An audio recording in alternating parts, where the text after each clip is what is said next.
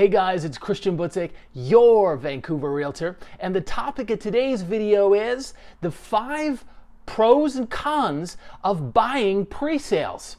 A lot of buyers out there like pre-sales. There's pros and cons. Let's start with the pros first. The number one pro of buying pre-sales is customization. You can choose the color scheme. Do you want the light color scheme? The dark color scheme? You can, on occasion, upgrade the flooring, right? Or even negotiate closet organizers. So there's customization you can do. The second thing is, it's a brand new home.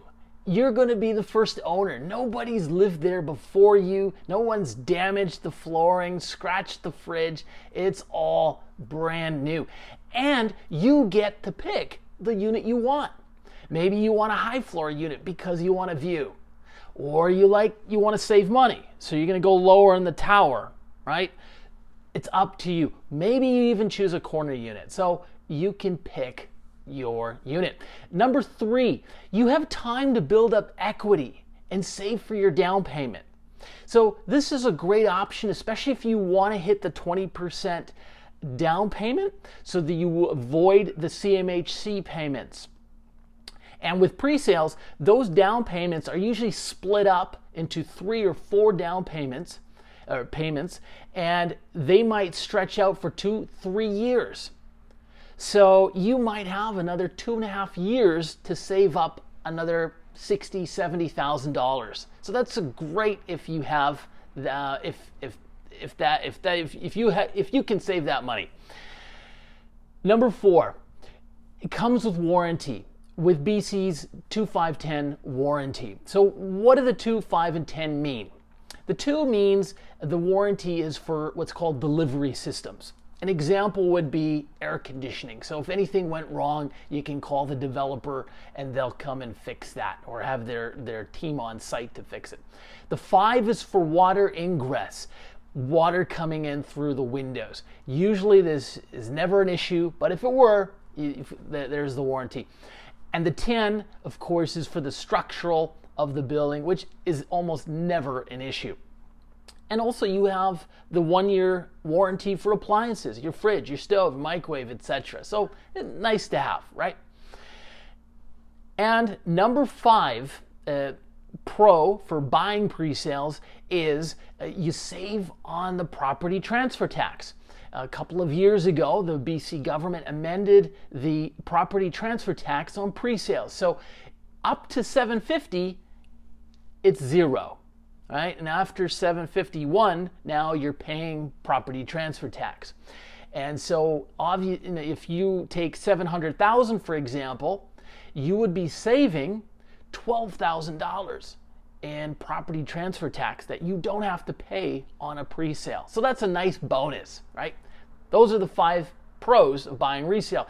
The 5 cons, let's review them. Things that you probably would not like. Number 1, the GST. You're going to have a 5% GST. So you take an $800,000 home, that's an extra $40,000 that you don't have to pay in resales. So you're going to have that money at completion when you get the keys to the castle. Number 2 is you don't know what the finished product is going to be like. This tends to be an issue with smaller developers, no-name developers, right? Maybe it's their first project. What's the finished product going to be like? We don't know, and sometimes it's not too good. I'll tell you, I can't say the name, but there was a building, a high-rise built in downtown, and I did the walkthrough with my clients. I didn't help them buy it, but I ended up being their family realtor. I did the walkthrough, and I was shocked at how poor the finishing was in this tower. I mean, the cabinets were misaligned. You couldn't close the dishwasher. We even saw golf ball sized holes in the window frames. So, and this is a high-rise project, so you don't know what the finished product is going to be. And in the walkthrough, obviously, you get the developer to address those issues, and most of the time they do.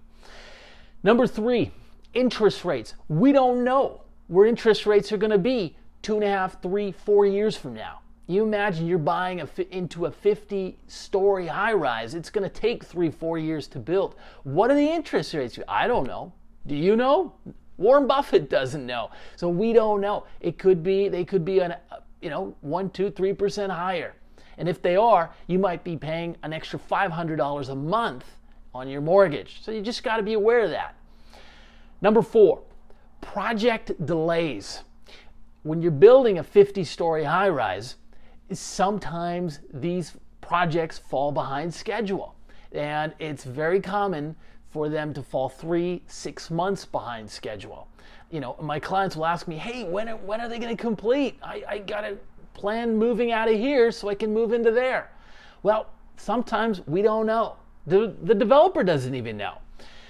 At worst, project delays can be over a year long. And that other example I gave you, that same tower was, I think, about 15 months behind schedule.